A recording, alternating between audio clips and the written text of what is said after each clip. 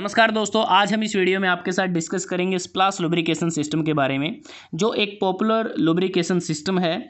यह सिस्टम कैसे काम करता है और इस सिस्टम की एप्लीकेशन क्या है।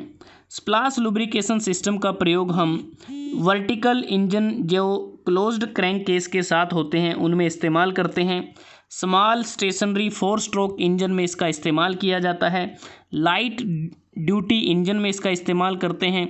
लॉन मूवर इंजन में भी इसका इस्तेमाल किया जाता है।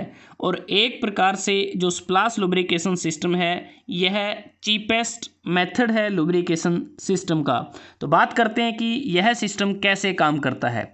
स्प्लाश लुब्रिकेशन सिस्टम के लिए अगर हम बात करें, हमें एक ऑयल सम्प या रिजर्वायर की ज़रूरत होती है जो हमारा जो सिलेंडर ब्लॉक है उसके बॉटम में लगा होता है, जिसमें हम लुब्रिकेटिंग ऑयल को स्टोर करते हैं। उसके बाद अगर हम देखें, जो सिलेंडर ब्लॉक होता है इसके ये जो बॉटम पोर्शन होता है ये क्रैंक केस होता है। एक प्रकार से केसिंग या हाउसिंग होती है जो क्रैंक शाफ्ट को इसके अंदर रखा जाता है। तो जो यहाँ पर अगर आप देखें इस डायग्राम में, जो सम्प या रिजर्वायर है इसमें लुब्रिकेटिंग ऑयल है। उसके बाद ऑयल स्ट्रेनर लगाया गया है ताकि फिल्ट्रेशन की जाए लुब्रिकेटिंग ऑयल की, किसी प्रकार की इम्प्योरिटीज़ आगे ना जाए।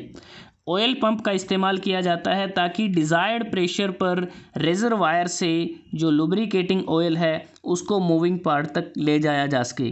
उसके बाद देखेंगे कि ऑयल ट्रफ्स लगे हुए हैं और ऑयल ट्रफ में से किस प्रकार से लुब्रिकेटिंग जो ऑयल है उसको स्प्लाश किया जाता है। तो स्प्लाश की अगर हम बात करें किस प्रकार से छिड़काव किया जाता है, आप समझ सकते हैं। तो यहाँ पर ये कनेक्टिंग रोड है। अगर आप देखें, जो कनेक्टिंग रोड पिस्टन के साथ कनेक्टेड होती है, ये कनेक्टिंग का जो अपर एंड है, जो स्मॉल एंड होता है, ये लोअर एंड है जिसे हम बिग एंड कहते हैं। और इस बिग एंड पर स्कूप लगा होता है। स्कूप अगर आप देखें, एक प्रकार से ये होलो पाइप भी होता है और इसको हम ड्रिपर भी बोल देते हैं। तो ये तभी काम करता है जब हमारी क्रैंक शाफ्ट रोटेट करती है। और यहाँ पर आप देख सकते हैं कि जो क्रैंक शाफ्ट है, ये क्रैंक शाफ्ट है जिसके साथ ये पिस्टन की अरेंजमेंट की गई है और ये कनेक्टिंग रोड है। और यहाँ पर अगर देखें, ये क्रैंक वेब लगे हुए हैं, क्रैंक पिन है और इसके अंदर यहाँ पर होल बनाए गए हैं जिसमें लुब्रिकेटिंग ऑयल इसमें एंटर करता है। और इस डायग्राम में भी आप देख सकते हैं कि यहाँ कनेक्टिंग रोड है, ये इसका बिग एंड है और ये स्कूप है। और स्कूप का जो पॉइंटेड एंड होता है वो उसी डायरेक्शन में होता है जिस डायरेक्शन में हमारी जो क्रैंक शाफ्ट है वो रोटेट करती है। तो देखते हैं कि कैसे इसमें वर्किंग होती है। और ये जो स्कूप है, जैसे ही क्रैंक शाफ्ट इसमें रोटेट करना शुरू करेगा तो स्कूप डिप होगा।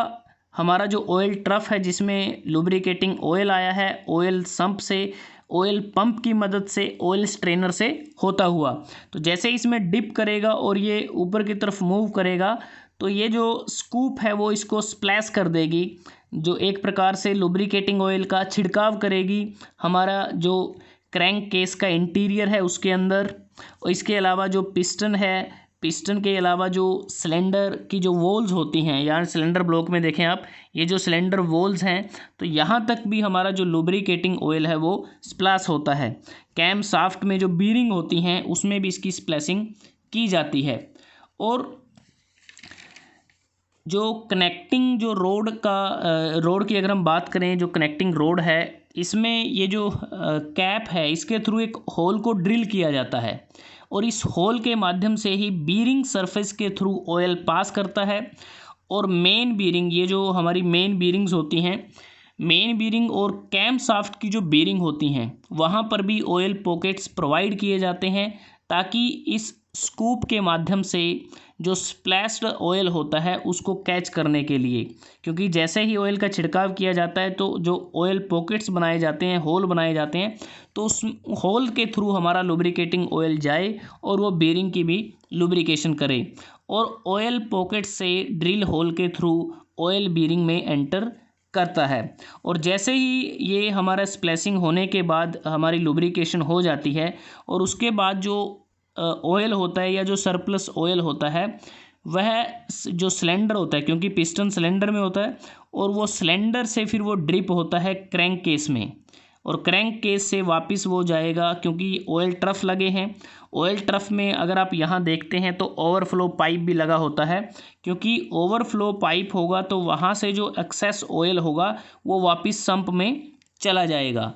क्योंकि जो ऑयल ट्रफ में लुब्रिकेटिंग ऑयल के लेवल को कांस्टेंट मेंटेन किया जाता है, ये जो ऑयल प्रेशर गेज लगा है इसकी मदद से हम लेवल को कांस्टेंट रखते हैं। क्योंकि जो अमाउंट ऑफ ऑयल होता है हमारा ऑयल ट्रफ में, वो बहुत ही इम्पोर्टेंट रोल अदा करता है पूरे ऑपरेशन के दौरान।